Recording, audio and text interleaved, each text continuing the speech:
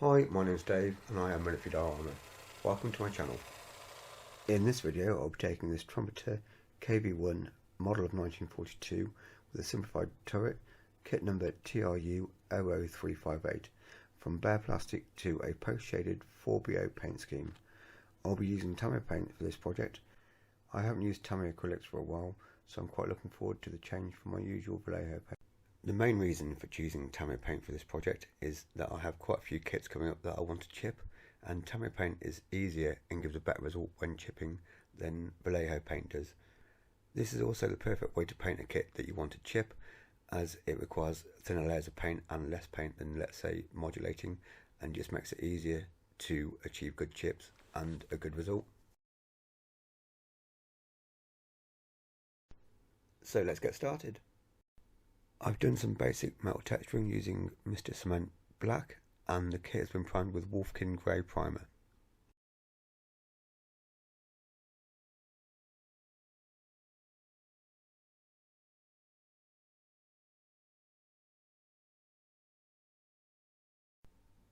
I chose Tamiya XF61 REF Dark Green 2 for the base coat, and this was thinned about 50-50 with Vallejo airbrush thinners. The other reason for choosing Tamiya paint was that I wanted to have three distinct colours with different hues rather than just a different tone to create the effect that I'm going to do on this kit, and it's just easier using pre-mixed paint than mixing it yourself. I applied the base coat in 3 or 4 thin layers, making sure I get a nice coverage and also not letting the paint flood the area to cover up the details.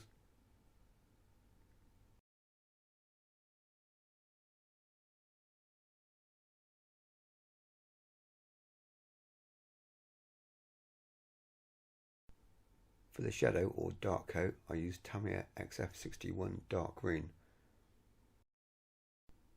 I thinned the paint about 70-30, 30% paint, 70 thinners. I did this because you need to use a very low air pressure and build up the darker paint in thin layers, so you get a good contrast between the dark and the lighter colour and get closer in for the fine detail. The effect I'm trying to achieve is a darker lower part of the turret where it meets the hull, and also I'll be spraying under the gun barrel and under the mantlet to create shadows. It's quite hard to see the effect here as I'm doing it, but at the end you can see it quite clearly once all the paint's dried, but it's a very small effect that the paint layer has, which is why I thin it so much. You can add more and more and it doesn't flood the detail, but also it lets you build it up subtly. You can also introduce streaking where the vision port is and the armour goes down a little bit. You can, water would collect there and run down, so I do some streaking there by getting quite close. And also doing the same effect on the top where I darken the outer parts of the armour, leaving the centre parts lighter, and again with the hatches and other things like that, darkening those. This is why it's important to thin the paint, so you can introduce the effect slowly and in a controlled manner.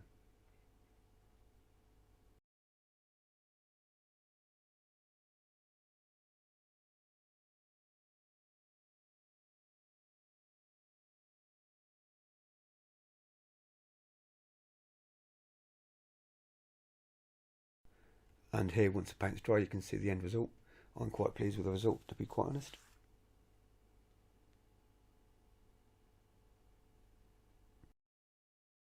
Next, it's time for the highlight coat. For this, I'm using Tamiya XF73, which is Japanese Defence Force Green. I'll thin this in the same way as I thinned the shadow coat, 70-30, and I'll also apply it in the same way using very thin layers. With this layer, I'm working on the centre of the hatches and also some raised details on the top, like the V's and slits, and then I'm working down from the top of the turret, mixing it in, not covering up all the original base coat, but just so you've got a nice mix of all the three colours, the darker, the mid-tone and the highlight.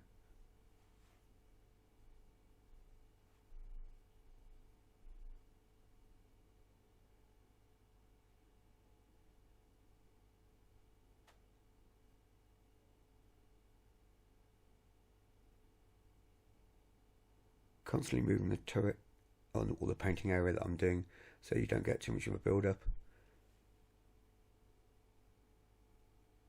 Also masking off areas like the gun mantlet to create some nice contrasts, and also the gun barrel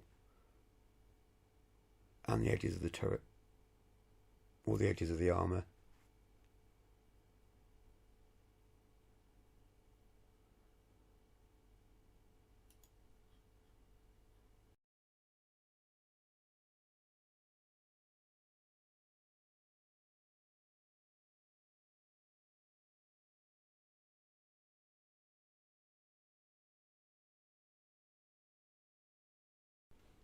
With the side skirts or the fenders, what I've done where they've got the mounts to the hull, I've shaded that in a darker colour so that it looks like the actual attachments are causing a shadow, and likewise where the hull meets the fenders, I've darkened the inner edge but not on the ends where there's no hull to obscure it, just to give it the illusion that the hull is blocking out the light.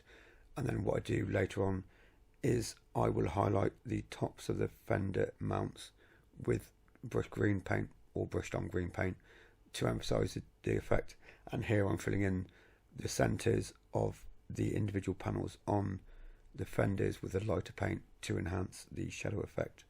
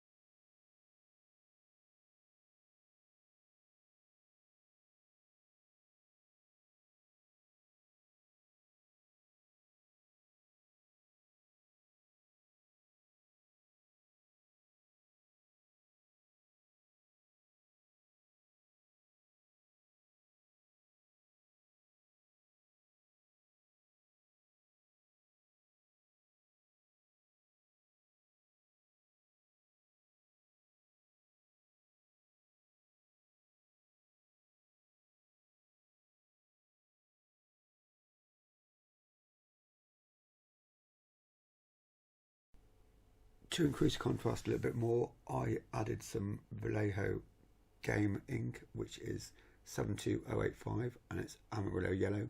It's my first time using ink, and I thought I'd give it a go, and it worked quite well. It does look quite stark, but once again, like I always say, when you start applying washes and stuff, it will tone it down. But I was quite pleased with the result. I just applied it in the same way as all the previous layers, but I merely added it to the previous lighter tone. Just a couple of drops.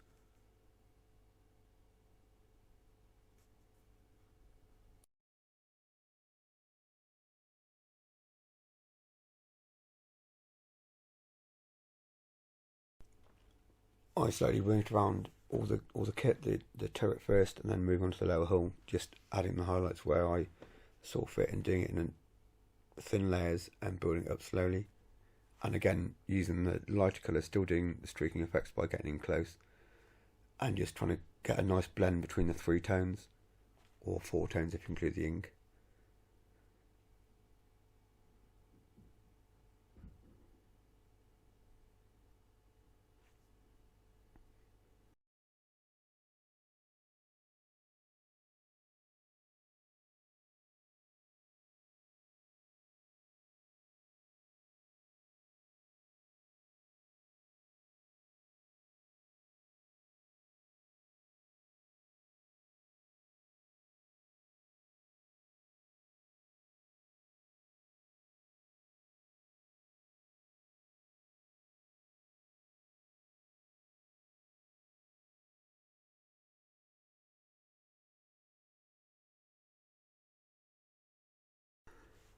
Once I was happy with the end result of the airbrushing, I moved on to brush highlights. For this I used the lighter of the 2 colours, XF61 and XF73, and I mixed up a few different shades using these 2 colours, and also using the neat colour, and highlighted certain details like normal, the edges of armour plates, the ridge slits, grab handles, bolt details, and also the edges of the mounts of the fender, just to make, like I mentioned before, the colour change pop a little bit, and also picked out some details on the lower hull, like the edges of wheels and the mounts for the towing cables, and just worked around the kit methodically until I was happy with the contrast that I'd achieved. And also thinning down the paint quite a bit in certain areas like the V's and slits, so that you get more of a glaze than a colour change, so you get nice modulation.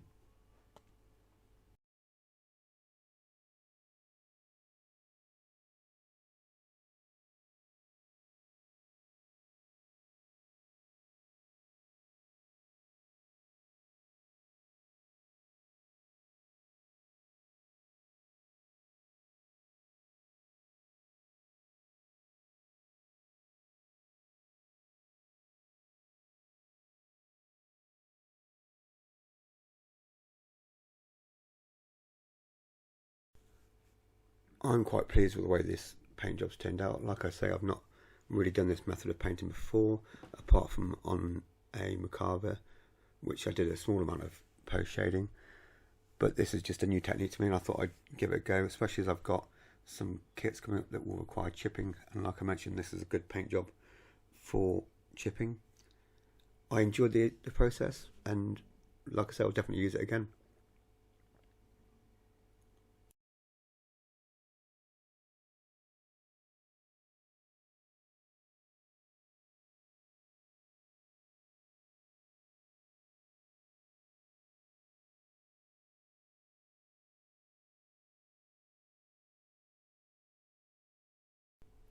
I hope you enjoyed the video, and I hope you'll join me for the next one, which will be distress paint on a KV2. This is where I'm going to use a base coat and then chipping fluid with a darker green on top of that, and then you chip it off to look like worn paint, and then do post shading with a darker green, which will represent the base coat, and put that in the recesses where the paint wouldn't become chipped. Like I said, this is a new process for me, like this was, and I'm quite looking forward to the challenge.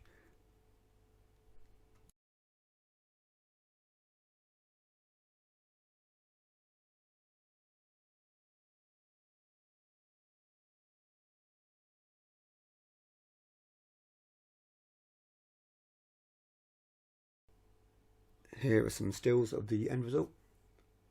Like I say, I hope you join me for the next video, and I hope you enjoyed this one. Please feel free to like and leave a comment. I'd love to hear from you. Thank you very much. See you next week.